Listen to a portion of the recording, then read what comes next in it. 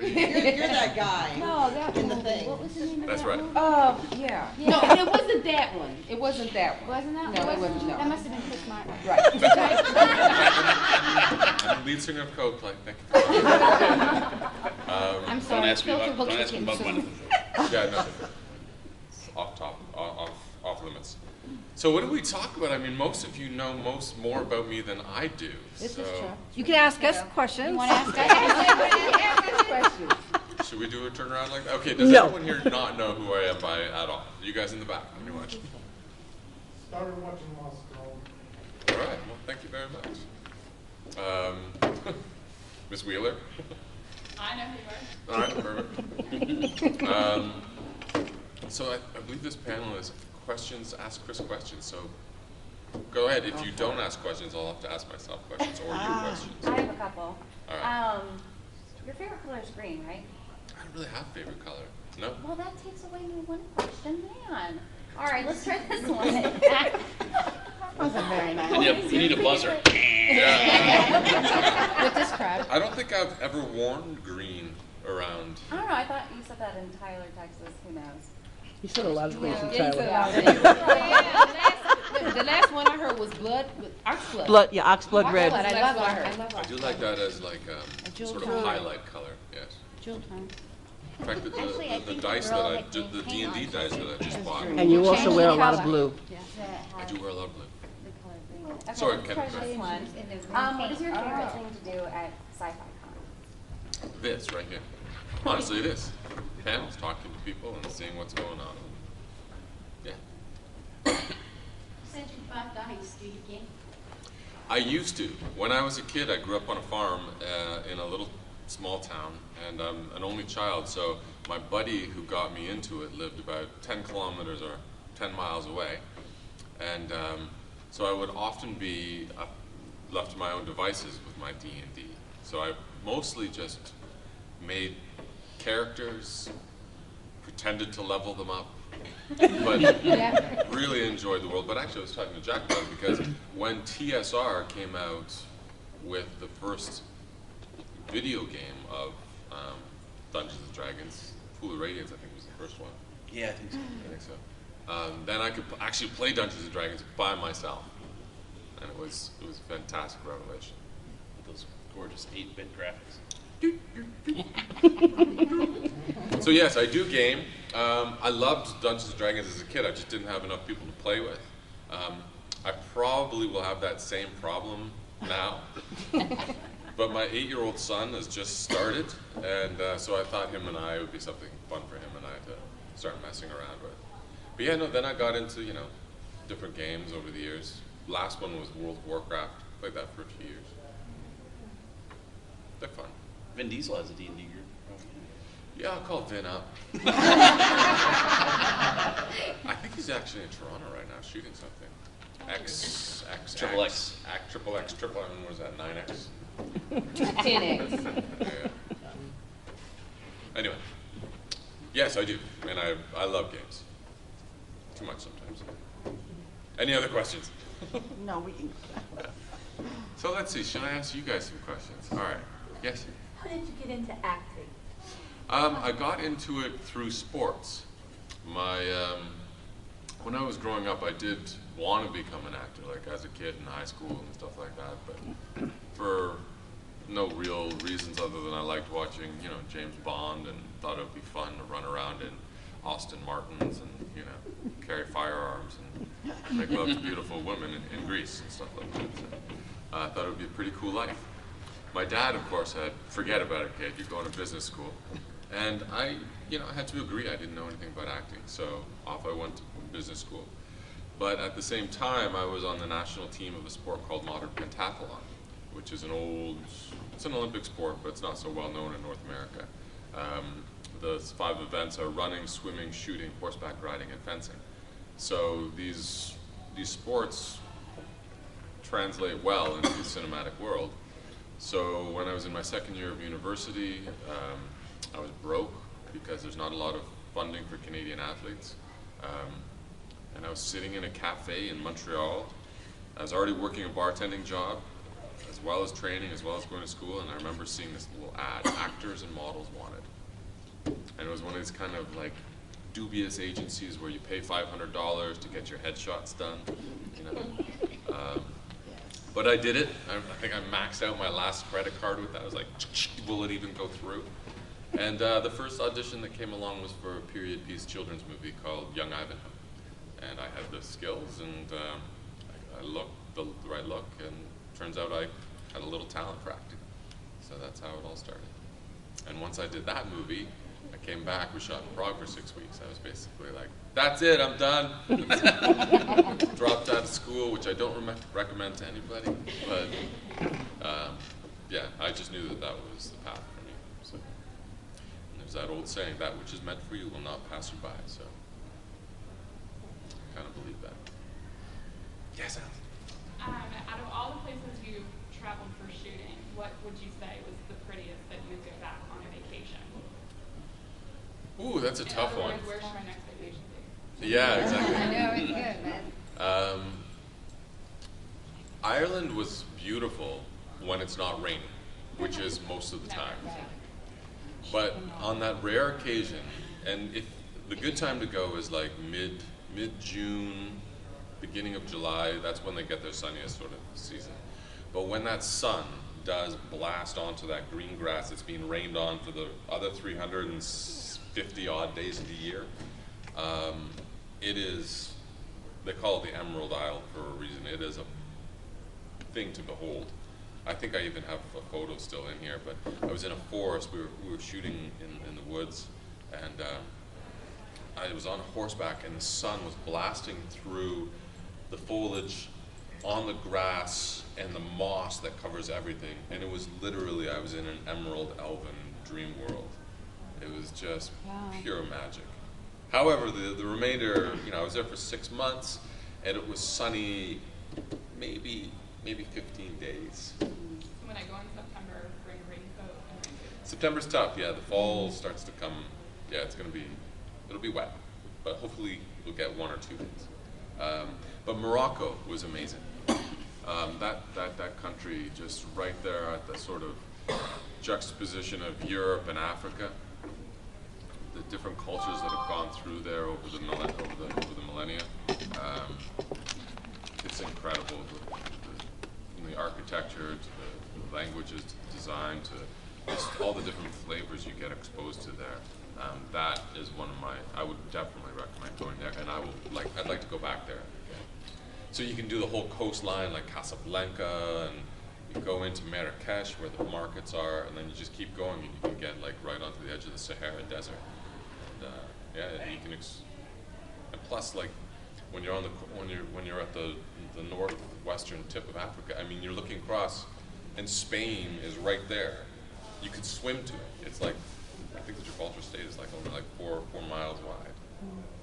It's amazing when you see it all in relation like that. You know, you think about these epic journeys of like, you know, the knights who would go on the crusade, and you know, there's in the movies they're on these storm-laden seas and they're all drowning. It's like literally they were just sailing right there. Yeah. So it's pretty amazing when you see it in perspective like that. I'd like to go east myself. I'd like to go all the way around the Med, that whole sort of cradle of civilization. Thank you for that question. Anybody else? Yes. What would be your dream project? Ooh, there's a few of them. I do love big sort of budget period piece stuff, so I'd love to work with like, you know, Ridley Scott or something like that on one of those big sort of epic stories. The horseback ride, you know, I grew up in that sort of world. Like when I used to ride, and I would, you know, I grew up on a farm, and I would have to ride about, you know, 4 miles to get to my trainer's farm where I would, you know, take my lessons. And in between was a big, dark forest, and I would have to ride. I know this is like to horse lovers, this is a horse lover's dream. But you know, when you're doing it every day on your horse in the summer, and you're a kid, and the black flies are biting, I would go into my own little fantasy world, riding my horse through these forests. And that still is something very close to my heart, and I would love to be able to do that in a film.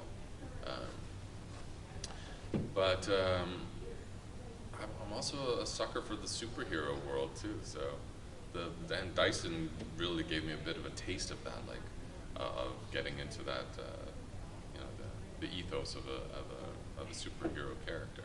So something that has like special powers is always fun. You don't have a favorite book that you want to turn? I do have there's a Canadian author named Guy Gavriel Kay who I've talked about in panels before, and he has his first trilogy was called the Fire-en-Avar Tapestry, and I'm talking to him about optioning it and turning it into a series, a close-ended series, maybe a season per book, so like 3 seasons. The nice thing about modern television is you can package things in various ways nowadays. So yeah, and that is a world that takes 5 students from Toronto into the world of Fire-en-Avar, which in that mythology is closer to the sort of center axis, the center point of our galaxy, where as you get closer to the center and the cluster of our galaxy becomes, you know, more dense, reality is more manipulatable. So there on this world, you know, magic does exist, and the sort of the rules within it are interesting. And there's a lot of crossover with sort of Earth mysticism, like the Mists of Avalon, the King Arthur, the Arthurian legends. So it's a dense sort of story that I'd like to bring about. But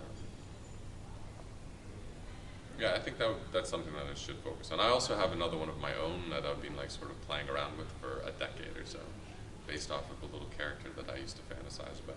Is that the Metal Man? That's the metal dude, yeah. Yeah. So that's sort of back burner. Yeah, and it's a character who can span millennia. He's this guy who can turn himself into steel, and at a certain point, the story would work between our modern time and far in the future, where he's revived, sort of, and he finds this world that is post-apocalyptic, and how that culture and how humanity would have evolved over the next couple thousand years, sort of juxtaposed to how it is now, the corporate battles and how we got there. Yeah, and it would be an open-ended series that I'd like to work on. But I think the first thing I should do is adapt Guy's work, because then I have something already to work with, and I don't have to worry about it all coming out of my own mind. But yeah, I'd like to make the jump or move more from acting into developing stuff. And I've done some directing as well this year, and I really like wearing that hat. It feels very comfortable being in that position. Because even as an actor, I'm a bit of a director-actor, which really annoys some of the directors I work with. So Every actor wants to direct. totally. Well, not every actor. That's not true. Some people have they have an aptitude, and some people don't at all. Like I worked with Harrison Ford, and he was like, couldn't fucking pay me enough to direct. He doesn't want that responsibility or that control. But I don't know. I like it. I like building things. I like putting the pieces together. I have another question, hopefully a good one. How do you feel about the direction of the industry and how it's moving into the YouTube videos, the online series, everything like that versus, what it had been beforehand? For the most part, I think it's good. I mean, YouTube videos are a fantastic way for anybody to create and put stuff out there and have it seen. So it's an amazing way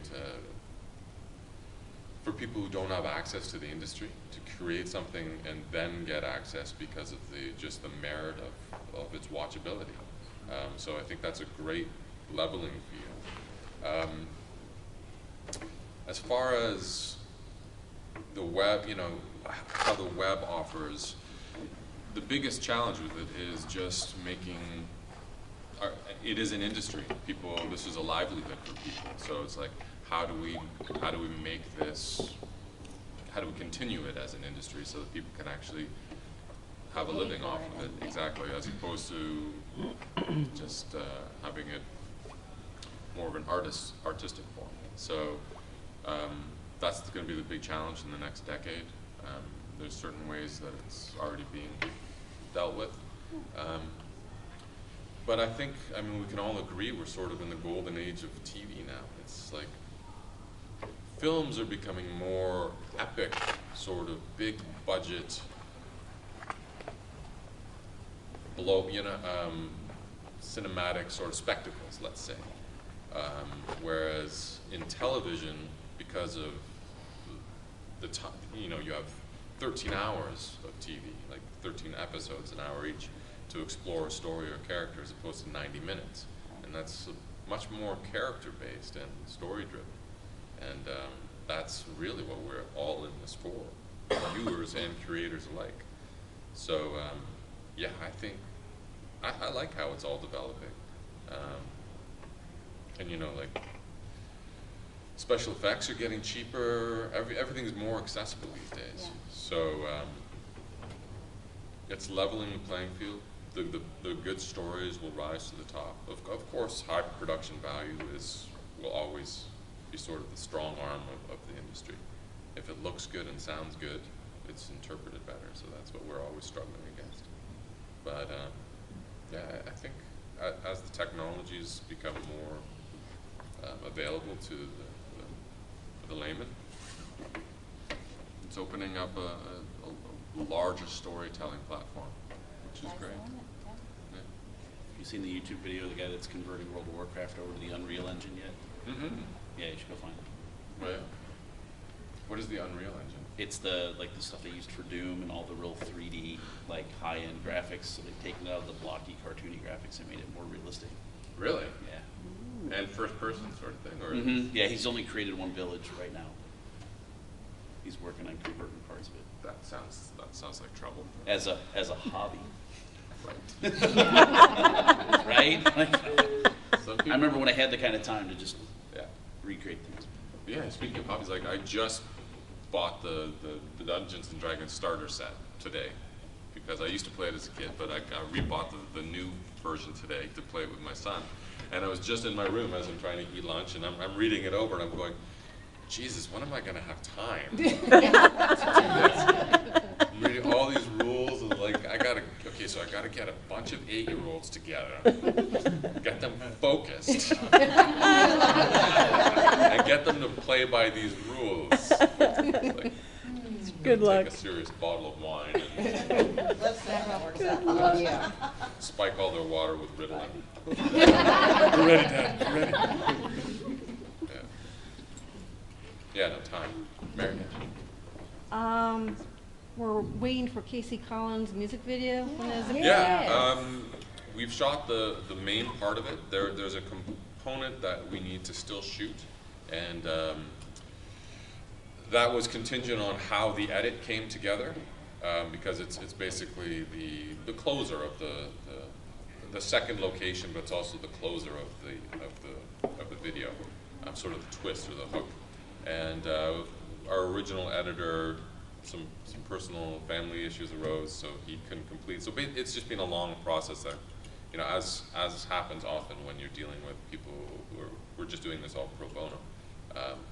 Other things take priority. So we're still waiting for that. And now he wants to include his cousin in it, who is a vocalist in it, who we couldn't get up to Canada, to Toronto, to shoot it when we were doing the main video photography.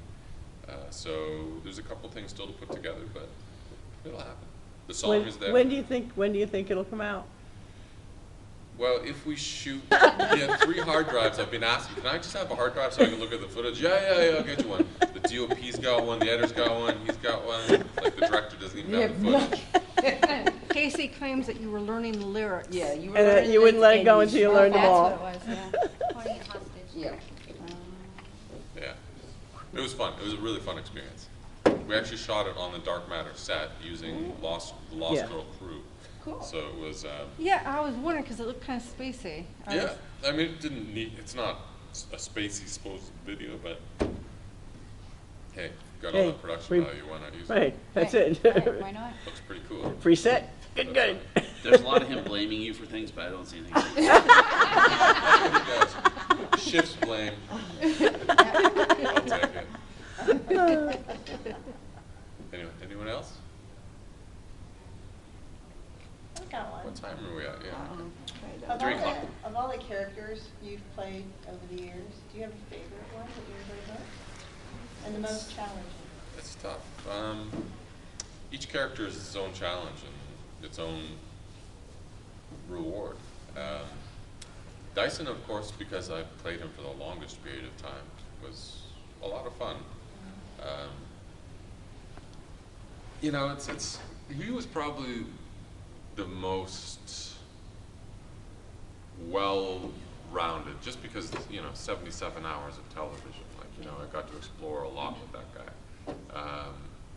But a few others in my career that were standouts. I mean, I did a little movie called Touch of Pink, which was sort of coming out comedy, family comedy, or, you know, with the Indian family values about, you know, gay marriage and stuff like that, which when we shot it was still very taboo.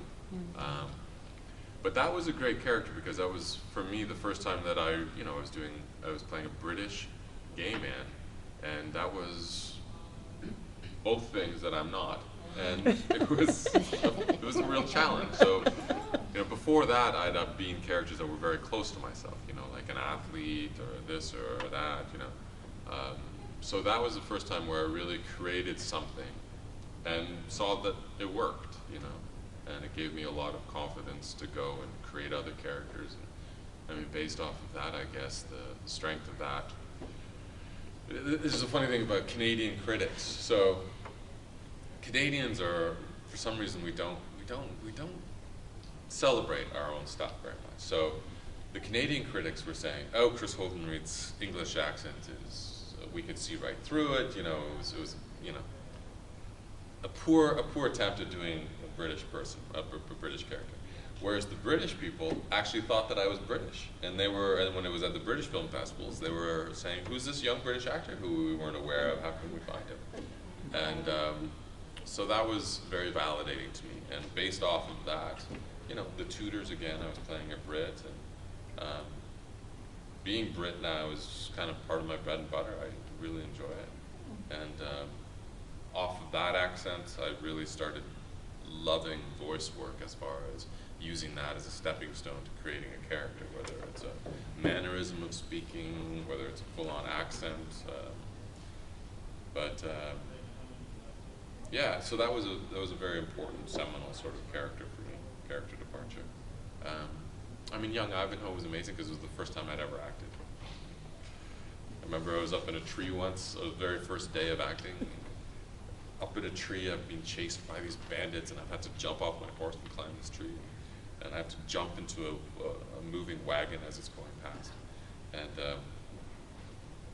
I was like, "What do I do?" And the director's like, just act scared. And I was like, "I am scared." That's perfect. How old were you? I was 22. I had just turned 22 because it was we filmed in September. So, yeah, I just turned 22, I think. And I'd literally gone to the nationals for the sport that I was doing. And I had to leave a day early, so I couldn't finish the competition to go off and do the film. And I remember I flew straight from the competition. Fun times. Yeah. Sure. What's going on with that theater production that was going to happen in Toronto? The theater production is very difficult to get together because it's hard to keep, you know, one, in Canada, theater doesn't pay anything.